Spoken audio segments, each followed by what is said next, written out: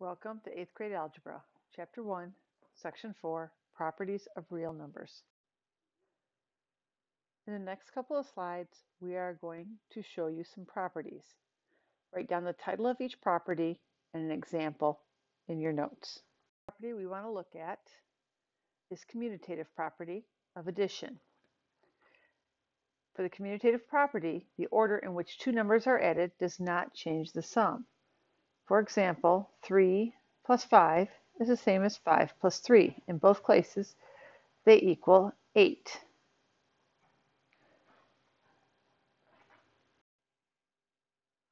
The commutative property also applies to multiplication. The order in which two numbers are multiplied does not change the product. 2 times 4 is 8, and 4 times 2 is 8. The commutative property does not apply to subtraction or division. It only applies to addition and multiplication. The next property is the associative property of addition. The associative property states that we can change the order of the groupings, and that does not change the sum. For example, this grouping tells us that we're going to add 4 plus 9 first, getting 13. So that's 5 plus 13, which is 18. The associative property says if we added 5 plus 4 first,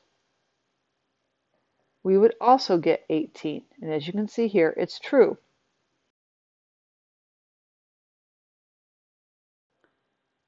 As you can see, there's the associative property of multiplication. This states that changing the group of the factors does not change the product. So on the left, you see we have 2 times, and we've grouped 3 times 6. 3 times 6, of course, is 18. And 2 times 18 is 36. On the right-hand side, you can see that the 2 and 3 were grouped. 2 times 3 is 6, so 6 times 6 is also 36. So the groupings, which is the associative property, does not change the value of the product. The associative property works both for addition and multiplication, but does not work for subtraction or division. Now we have the identity property of addition. This states that the sum of any number and 0 is the original number. So we can take any number, for example 9, plus 0, and we will get the original number again. Multiplication has an identity property as well. This states that the product of any number and 1 is the original number. So multiplication's identity property states that any number times 1 is equal to the original number, and that's the identity property of multiplication. There is also a 0 property of multiplication. The 0 property states that the product of any real number and 0 is 0. So no matter what we multiply by 0, the answer will always be 0. Now we have the multiplication property of -1. The product of -1 and the number is the opposite of that number. So if we take -6 times -1, negative times negative is positive. If you take positive 6 times -1, you would get a -6.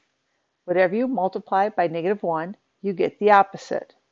Start as 6, multiply by -1, get -6. Start as a -6, multiply by -1, get a +6. Here is a chance to do a quick assessment of whether or not you understand the concepts. Take a look at the first example. 42 times 0 is 0. Do you know what property that shows? No, it was the 0 property of multiplication. Take a look at the next equation. Notice that the parentheses change. Do you know what property that is?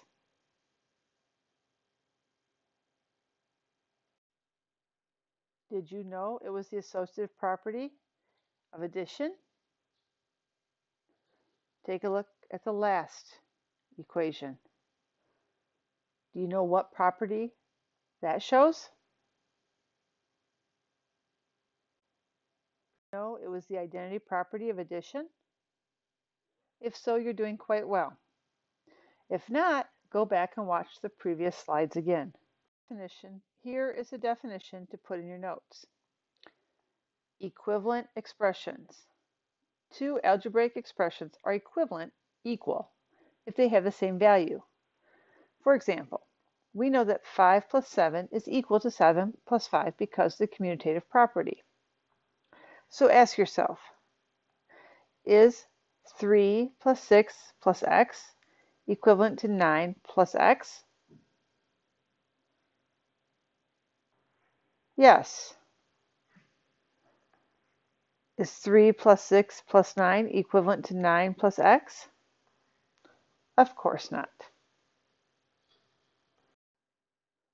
One reason to use properties is to help you with mental math. For example, a movie ticket costs $7.75. A drink costs $2.40, and popcorn costs $1.25. What is the total cost for a ticket, a drink, and a popcorn? Well, we can use mental math. Looking at this, we can easily add $7.75 plus $1.25. And mentally, we will know that that's $9. Once you do that, it's not too hard to add the $2.40 to the $9 to equal $11.40. By combining, use the associative property. Here's another definition. Please make sure it's in your notes. Counterexamples. A counterexample allows you to prove a statement is false by showing an example that is not true.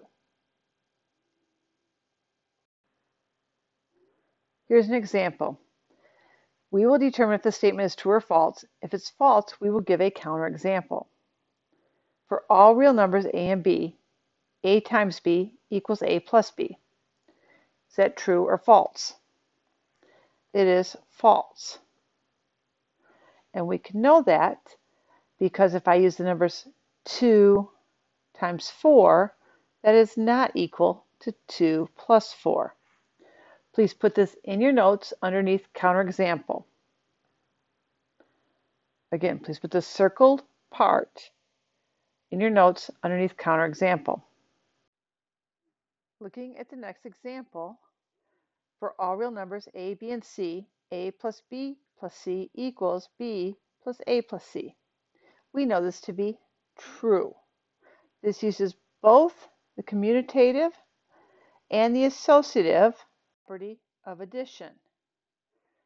Not only did the a and b change places, but the parentheses moved as well.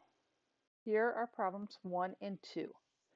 For each of these, I want you to tell me whether the statement is true or false. If it is true, tell me why, which property is applied, and if it's false, give me a counterexample. We will talk about these in class tomorrow.